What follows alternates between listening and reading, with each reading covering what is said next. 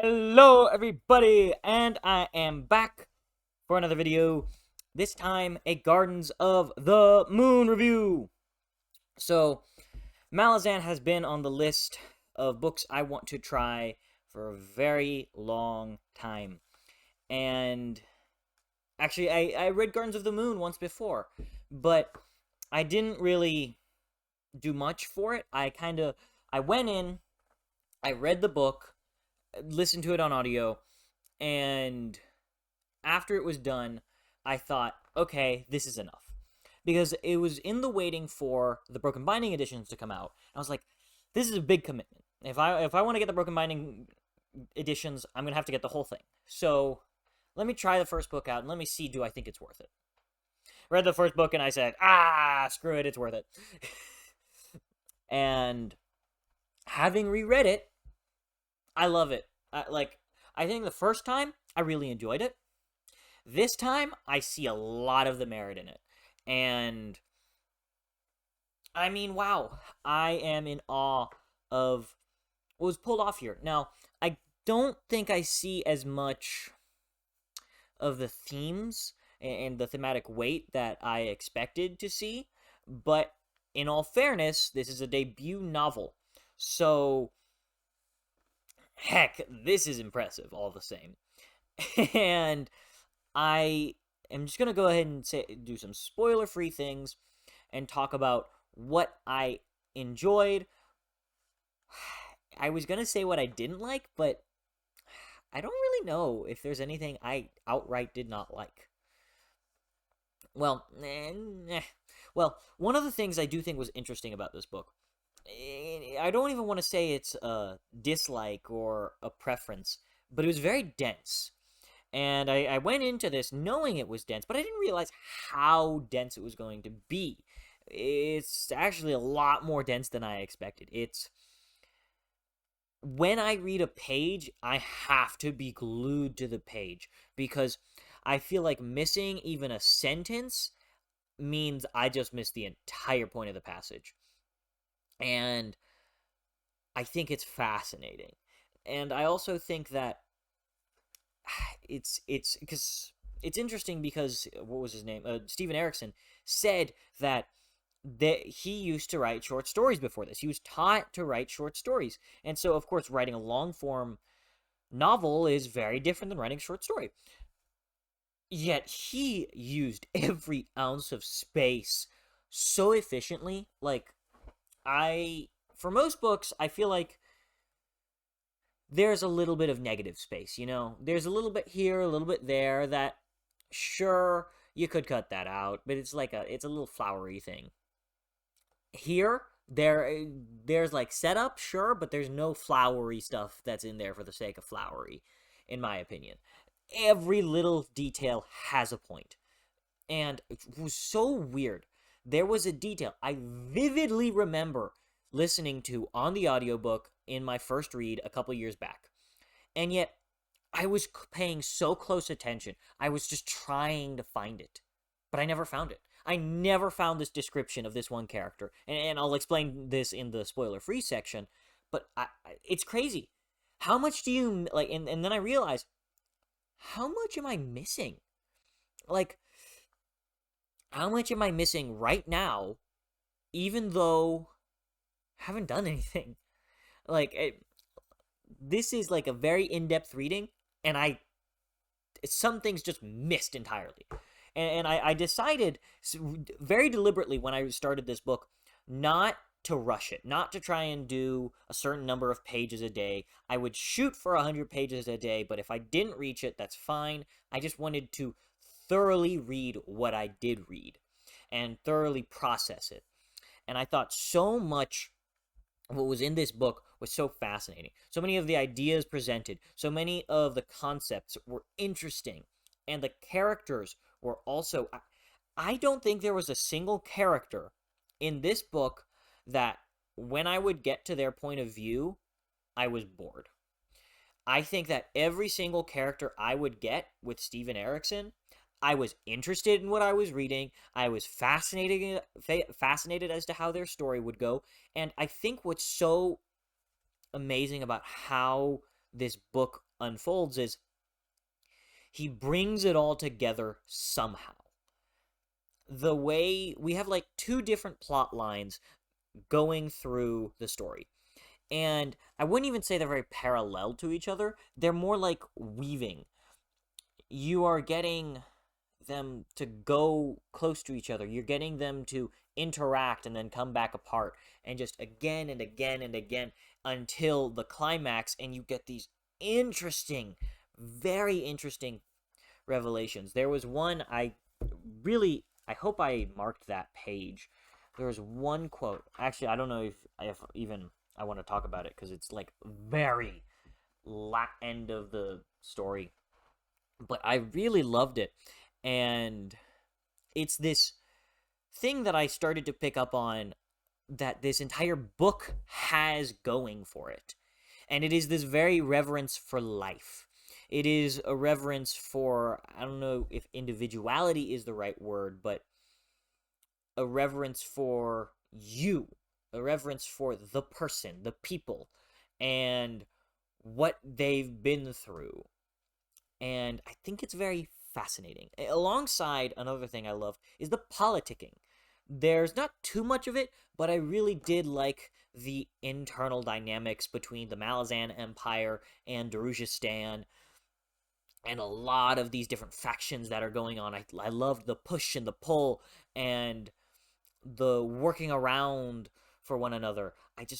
They're constantly trying to undermine each other, and the way they go about it is always outthink your enemy. And that's always what I prefer, because I think a lot of stories get into a little bit of a pitfall, especially with fantasy, of, okay, brute force! And that's never been my favorite thing with with fantasy. I think it's very much more fascinating to dig into things that are, what's the word, not brute force, that are think through it, that are more spiritual, and I don't want to say well thought out, but like it's more about the wit, about what you can think of. And I think that the way this story came out was fascinating and amazing. And then, of course, the way these characters present themselves. I really want to talk about this for a second before I go on to spoilers. I love the way Steven Erikson, I don't know if writes characters is the right word for it, but I feel like it's how he presents characters. How characters present themselves. We get a bit of an internal monologue, and we get it very well done, in my opinion. We get to see into their head enough, but it also feels like these characters have their privacy, and they're keeping it from us. I love that. I feel like it adds a layer of liveliness to these characters. You may visit a character, then they'll go do something off screen, and then you can come back to that character. And what's even more fascinating is a character has a surface level presentation towards you. And then there's a deeper presentation to this character. And I thought that was so fascinating. Because if you read like a paragraph, or not a paragraph, like a segment from one character, read it through once on a surface level. Then you can go back and reread that paragraph or that segment, and you'll have a bit of a different interpretation. Because now that you've understood the surface level, try to understand the deeper level. Because I love the fact that there's a subtext to pretty much everything the man writes here. And maybe that's just me making things up, but I feel like he is doing that. I feel like Steven Erikson is actually writing a subtext to something there, and it's fascinating. And I know I'm being vague, but there's a specific spoiler that I'd have to bring up. So I think this is about the point where I gotta start talking spoilers. So if you have not read Gardens of the Moon, I'm about to give you 5 seconds before You can scram and then come back once you have, if you want to. All right. 5, 4, 3, 2, 1. All right, we're going into spoilers. So, Kruppa. This guy, number one, let's just talk about Kruppa. Let's talk about the way he presents himself in every way, shape, and form. He is the pinnacle of this book for me, in every way, shape, and form. And I mean that. So, the way Kruppa presents himself, the way Kruppa represents things, and then the reveal. And this bothers me, because there was one thing that I knew going into this book, because this one made me so proud the first time around. And so, when I first read Gardens of the Moon, I predicted that Kruppa was the eel. I predicted it. I called it from the get-go. And, like, I saw at some point, it actually was probably, like, halfway through, and it's like, he was slipping, he was, like, being slippery, and he was, like, there were all these, like, eel-like movements that were being ascribed to Kruppa. And I didn't pick up on them this time. It bothered me, because I knew Kruppa was the eel, but I'm sitting there, I'm reading the book, and I'm like, come on, Kruppa, do your eel thing, do it, do it, do it. And then I'm like, am I crazy? Wait, did I make this up? But no, I was right. Of course I was right, because I'm always right. But I'm reading the book, and I'm like, what is going on? I thought Kruppa was the eel. Why aren't the eel descriptions being brought to my face? I should know. I should see it. But you know what's even more amazing is that the eel does a lot of things throughout the book, but we don't see Kruppa do these things as the eel. We see Kruppa do things, and knowing that he is the eel gives these things recontextualization. But what's even more fascinating is that even if I didn't know that Kruppa was the eel, I think it's interesting because he's hiding shit. He blatantly tells us that he's lying. Steven Erikson multiple times just says, oh yeah, he was lying. He was lying and he knew it. He just wanted to mess around. And I'm like, what? And I think it's so fascinating because when you tell us that the character is lying, but you don't tell us why, it's such a fascinating thing to do as an author, because he's making us question. He's making us ask, whoa, why are you lying? What's the point in lying? Are you secretly working for someone else? It gives you instances of a character's thoughts, but it doesn't give you the full picture. And yet, with these instances, you are able to derive who this character is. And I think that's fascinating. Like, who they are as a person. And that's what things like Sorry were fascinating to me about. And just so many things about this book were so interesting. And now, I didn't even talk about Animander Rake. I didn't even talk about Quickben. Let's talk about Quickben. And Shadow Throne, the moment where he goes in. I remember this moment so vividly because I was so excited. I was so pumped. And I didn't remember liking it this much. Like, I probably liked it in the original read. But this time, like, I go in and I read the Quickben scene and I go, let's go! I'm just through the roof. I loved it. It was such a spectacular moment. I enjoyed it so much. Because, I mean, what? He goes in, and let me remind you all, Shadow Throne is a god. A god. A divinity. And Quickben just walks up to him and tricks him. And then, as soon as he's out, Shadow Throne realizes, wait, I know who you are, you piece of shit! And he's like so angry. I loved it. It was like such a good scene, you know? Like the build-up, the way the tension was diffused, and then how Quickben completely fooled Shadow Throne. And then Shadow Throne goes, wait a second, I know you. That moment where it clicks for him. And he's like, wait, you are one of the highest people in my church. How did I... You! And then he's like angry. And so that does so many things for us as the reader. Number one, it's awesome. Let's just get that out of the way. It's cool.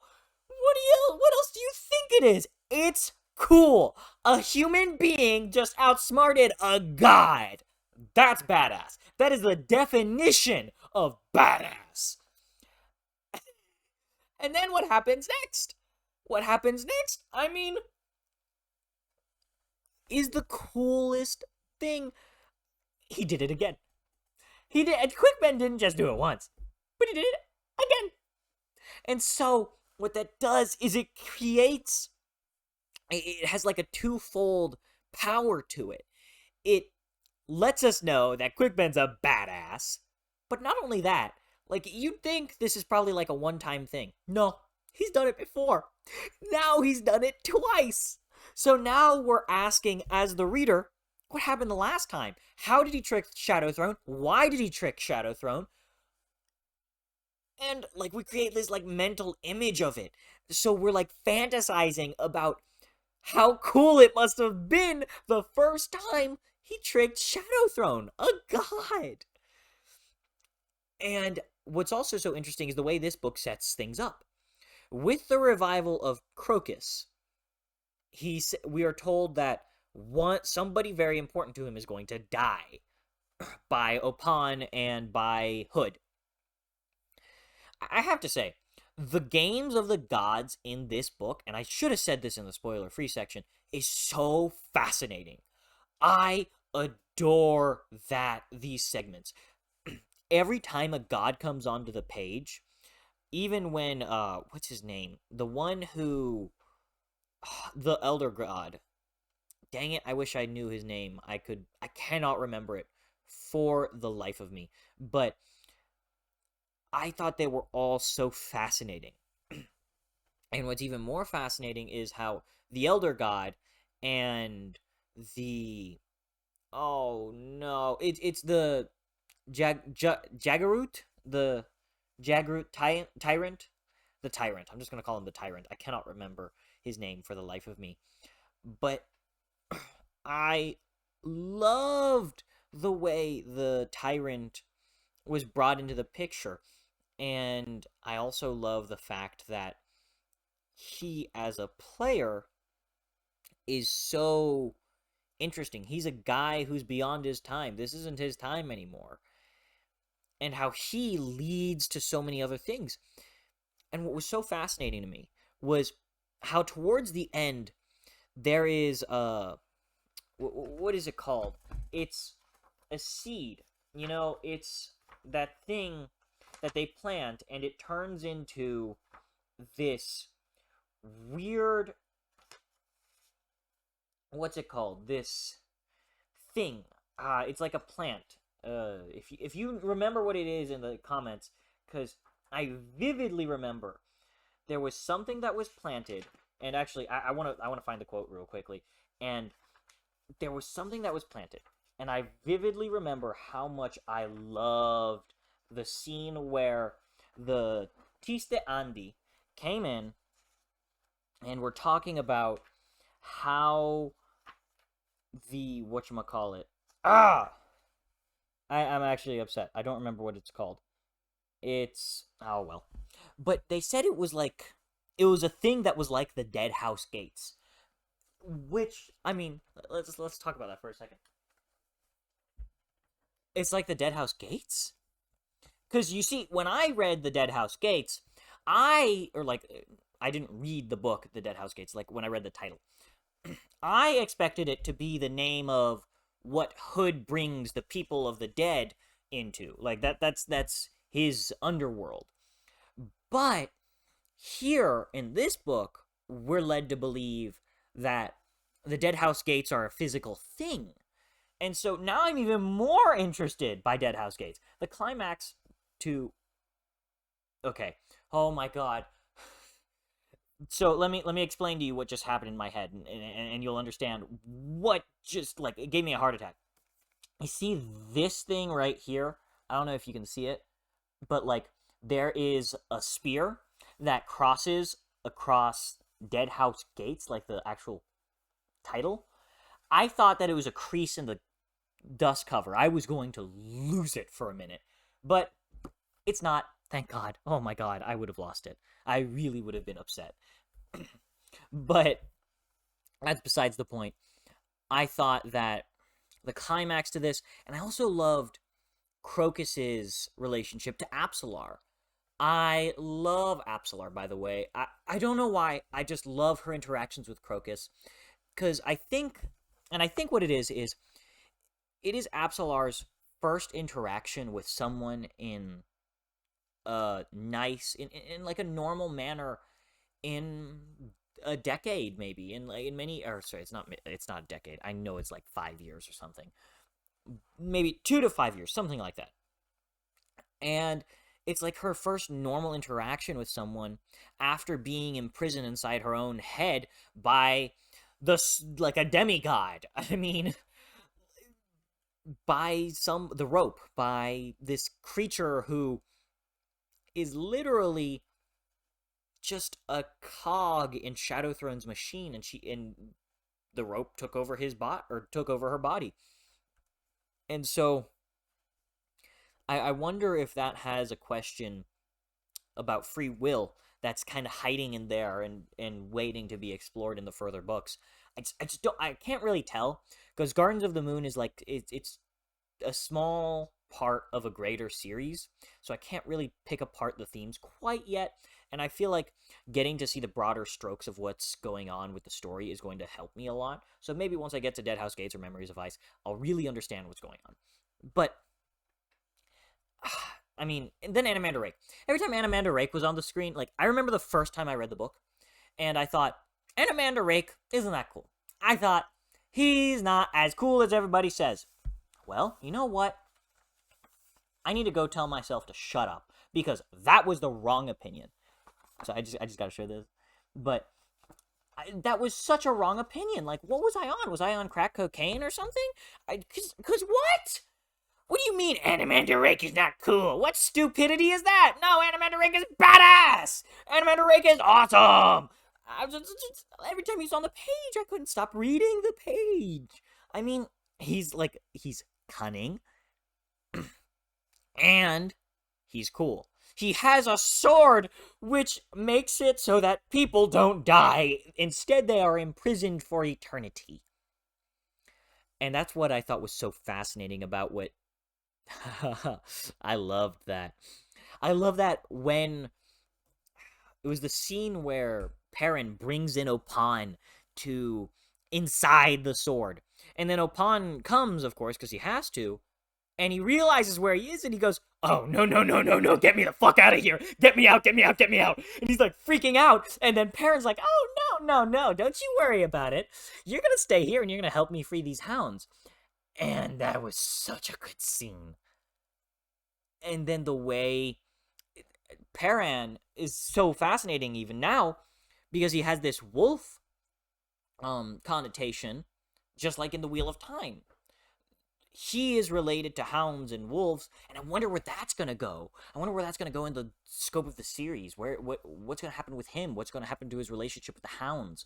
And how is Shadowthrone's what's going to happen with Shadowthrone? What's gonna happen in this entire series? I'm so fascinated, and I love everything that I saw. That's it. That's all I got. Oh wait, no, one more thing before I go. I gotta talk about Perrin and Tattersail. Now, I thought it was a very bad romance, and I thought it was boring. I thought it sucked. I was like, okay, that's fast. But well, I say it sucked. I don't care. I think when I say something sucks, when it comes to romance, that means I don't care. And I thought it was interesting, but I wasn't interested. Sorry, I said it was interesting, but I wasn't interested. No, I didn't think it was interesting. I thought it was too fast. It wasn't developed. It just was boring, you know. But I thought that the way Tattersail's story evolved into this. She becomes this child reborn. And yet, what I find so fascinating is the question is brought up by Perrin. Is this Tattersail going to be the woman that I loved? Or is she going to be somebody else entirely? Is she going to be her own person? And that's a question that I think we're going to have to grapple with in the later parts of the series. And honestly, I hope it's not the same person. Because I've always been a big advocate of hating rebirth. Like, I loathe, like, sorry, not rebirth. I don't mind rebirth. I hate revival. There we go. I do not like revival. Do not bring the dead back to life. I think it is the worst thing an author can do, except for how Gurm has done it. I don't know, but like I've seen George R. R. Martin talk about revival, and I respect him for it. Honestly, the way he's spoken about revival, I think he's done it well wherever he's done it. I honestly don't know, and I try to stay away from any spoilers for anything that he's written. But I think he knows how to write revival, and with him, I think I can trust it with. With most other authors, I don't like it, because most other authors will bring them back and that's it. I don't like that. Don't do that, please. It's something I'm not a very big fan of, and I think that if you are going to tackle it, you should end up with this is not the same person. Or you should do something like, I can't say the name of that series. That's annoying. There have been series that have done it well, but it has to be in terms of a thematic connotation, in my opinion. So, it can be done well. It's just not. I'm very stingy about my revivals. I don't like it. Says the One Piece fan. But anyways, thank you all so much for watching my review of Gardens of the Moon. I absolutely adored this book. This book was phenomenal, and I cannot wait to read Dead House Gates. Probably not until next month or late this month. Or, sorry, not until, like, late February or early March. Somewhere around that time. I honestly have no idea when I'm going to get to it. But I will get to it because my next big... I was originally going to read it at, like... I was originally going to read Dead House Gates at the end of February, but then I had to replace Dead House Gates with Empires and Dust, just because I set that up for a buddy read, and I want to read it anyways, so it's not a big deal for me. I want to be caught up to The Bound and the Broken again. And then, of course, I want to keep going with Memory, Sorrow, and Thorn, but I also want to be, like, I want to read Dead House Gates, because it's actually such a great series so far. But I also don't want to only read big books, because I did that last year. I did that at the end of last year. It burns me out. I cannot do 5 big books right back to back to back again. That's not happening again. Thank you very much. I cannot. Anyways, I hope you all have an absolutely fantastic day. Have you read Gardens of the Moon? What did you think of it? Tell me your thoughts in the comments. Do you disagree with anything that I have said? Do you agree with anything that I've said? Why for either of those things? Tell me, please. I love interacting with you all in the comments. It's such a wonderful thing. And I hope you all have an absolutely amazing day. I will see you all next time.